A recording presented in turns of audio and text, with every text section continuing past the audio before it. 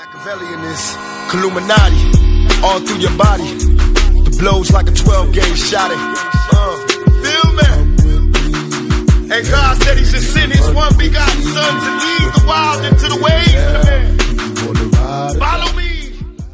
Yo les postos, c'est Sacha, bienvenue dans cette nouvelle vidéo Mercato. La piste Kevin Gamero en cas de départ d'Edinson Cavani. L'avenir d'Edinson Cavani est devenu le sujet le plus brûlant du Mercato hivernal en Europe.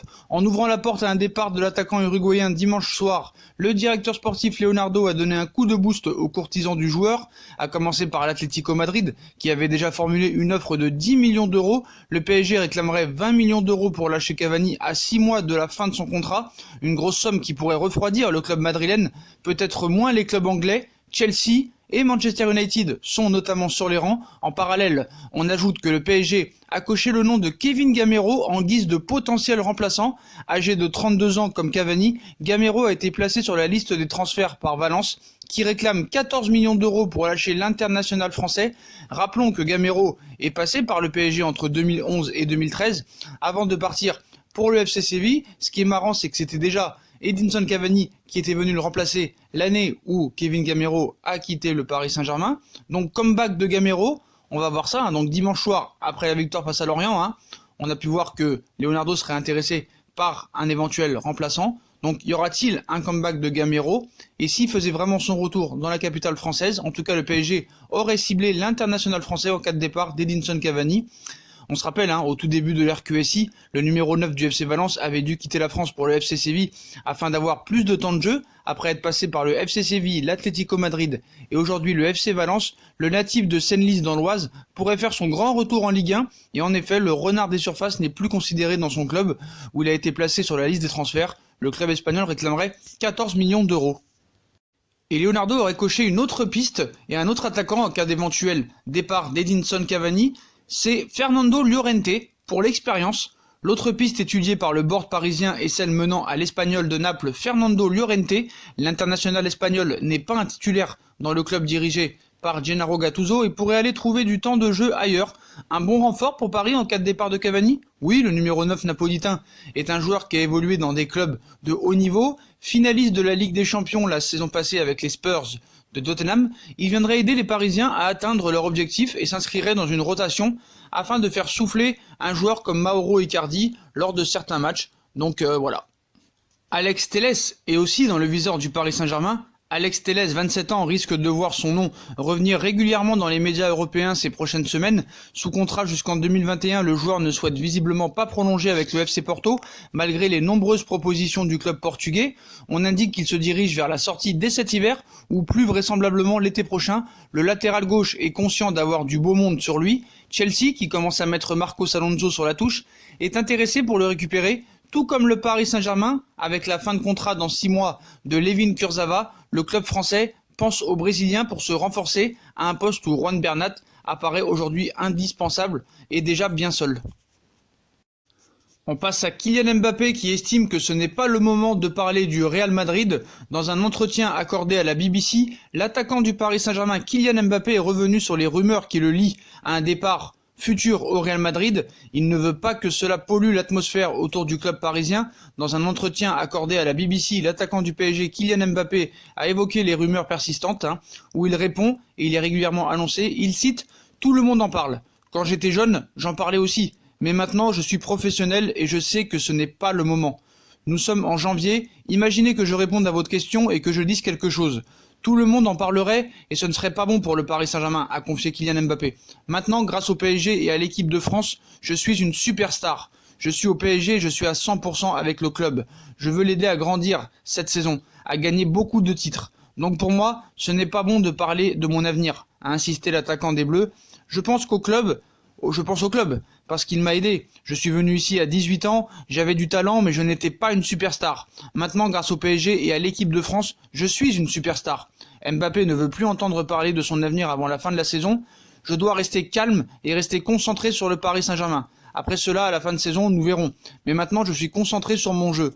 Voilà, moi, ce qui me choque le plus dans tout ça, c'est qu'ils te disent non, moi, je reste au PSG, je m'en fous du Real Madrid. Non, ça, il le dit pas. Il dit que c'est possible, en fait, sans le dire. Alors, est-ce que c'est une manière de dire je veux partir, ou une manière de dire il va falloir me donner beaucoup d'argent et me payer beaucoup pour que je reste au Paris Saint-Germain. Chacun se fera son opinion, mais en tout cas voilà, je suis pas inquiet du tout.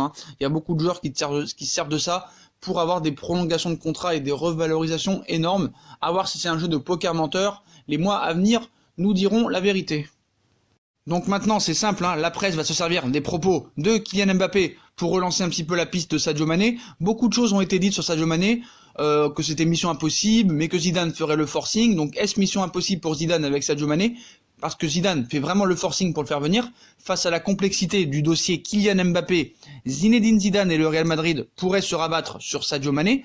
Toutefois, là encore, cela pourrait être très compliqué. On vous révélait il y a quelques jours que le Real Madrid avait lancé les premières grandes manœuvres pour Sadio Mané. Actuellement à Liverpool, le Sénégalais pourrait donc s'envoler vers la capitale espagnole. Un intérêt qui se confirme. En effet, ce mardi, OK Dario confirme l'intérêt de Zinedine Zidane pour Mané, qui en aurait fait son plan B derrière Kylian Mbappé. Le dossier de l'attaquant du PSG étant très compliqué, les merengues pourraient donc se rabattre sur l'attaquant de 27 ans. Un joueur intransférable, Sadio Mané viendra-t-il compléter l'attaque du Real Madrid avec Eden Hazard et Karim Benzema? Donc selon les informations de Oka Dario, convaincre Liverpool pourrait être aussi complexe que trouver un accord avec le Paris Saint-Germain pour Kylian Mbappé. En effet, alors que les Reds réclamaient il y a quelques mois près de 235 millions d'euros pour Sadio Mané, ce dernier serait désormais intransférable au Real Madrid. On saurait que ce dossier serait très complexe, mais visiblement il le serait moins que celui concernant l'attaquant du Paris Saint-Germain. Donc ce sera une affaire à suivre, quoi qu'il en soit, parce qu'on dit que l'offensif de Zidane se confirme pour Sadio Mané. Donc actuellement, Sadio Mané, il brille sous le maillot de Liverpool, des performances qui ne laisseraient personne insensible du côté du Real Madrid, et surtout pas Zinedine Zidane. Donc après avoir recruté Hazard, le Real Madrid semble être à la recherche d'un nouveau coup offensif afin de venir compléter l'attaque aux côtés du Belge de Karim Benzema au sein de la Casablanca. Le rêve n'est pas un secret, il se nomme Kylian Mbappé. Toutefois, le Real Madrid saurait que ce sera compliqué, mais Zidane fait le forcing. Donc le Real Madrid a entamé les premiers contacts pour Sadio Mané, une tendance qui se confirme ce mardi. Donc l'attaquant de Liverpool sera le plan B si jamais Kylian Mbappé ne viendra pas. Toutefois, est-ce que Liverpool sera enclin à mettre 235 millions sur Sadio Mané, ou est-ce que Liverpool essaye de faire monter les enchères pour avoir vraiment la somme qu'ils veulent, c'est-à-dire entre 125 et 150 millions d'euros? Ce sera, quoi qu'il en soit, le feuilleton du mercato d'été. Du côté du Barça, Arturo Vidal ne bougera pas cet hiver. Voilà une nouvelle qui devrait ravir Quique Setién, le nouvel entraîneur du FC Barcelone. Le technicien espagnol avait affiché sa volonté jeudi dernier lors de plusieurs réunions avec le secrétariat technique de conserver Arturo Vidal.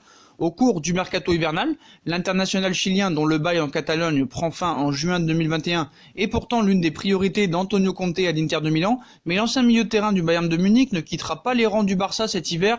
C'est ce qu'affirme Mundo Deportivo ce mardi. Selon les informations du quotidien catalan, les Blaugrana sont convaincus que le Chilien n'ira nulle part au mois de janvier et restera bien dans les rangs du Barça jusqu'à la fin de saison, pour le grand bonheur de Quique Setién.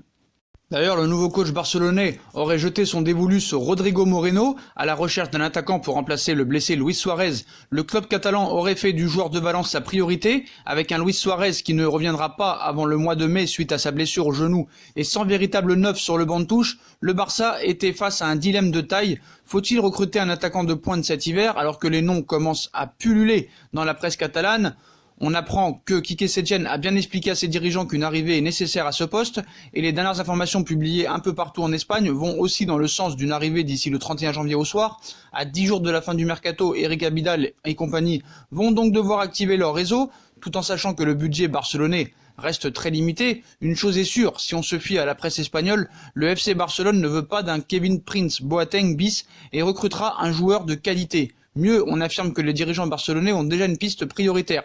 Une opération compliquée financièrement, il s'agit de Rodrigo Moreno, l'attaquant international espagnol de Valence, explique que le Barça discute avec Jorge Mendes, l'agent de l'ancien joueur de Benfica qui a ses entrées à Valence, et qu'un échange de joueurs pourrait avoir lieu pour faciliter l'opération. Les deux clubs s'étaient déjà échangé les cartes l'été dernier avec le deal Neto-Silicen. Le joueur espagnol, de son côté, ne donne pas plus de détails sur les modalités d'un éventuel transfert, mais précise que Valence attendrait 60 millions d'euros pour sa référence offensif, qui était à deux doigts de signer à l'Atlético Madrid l'été dernier.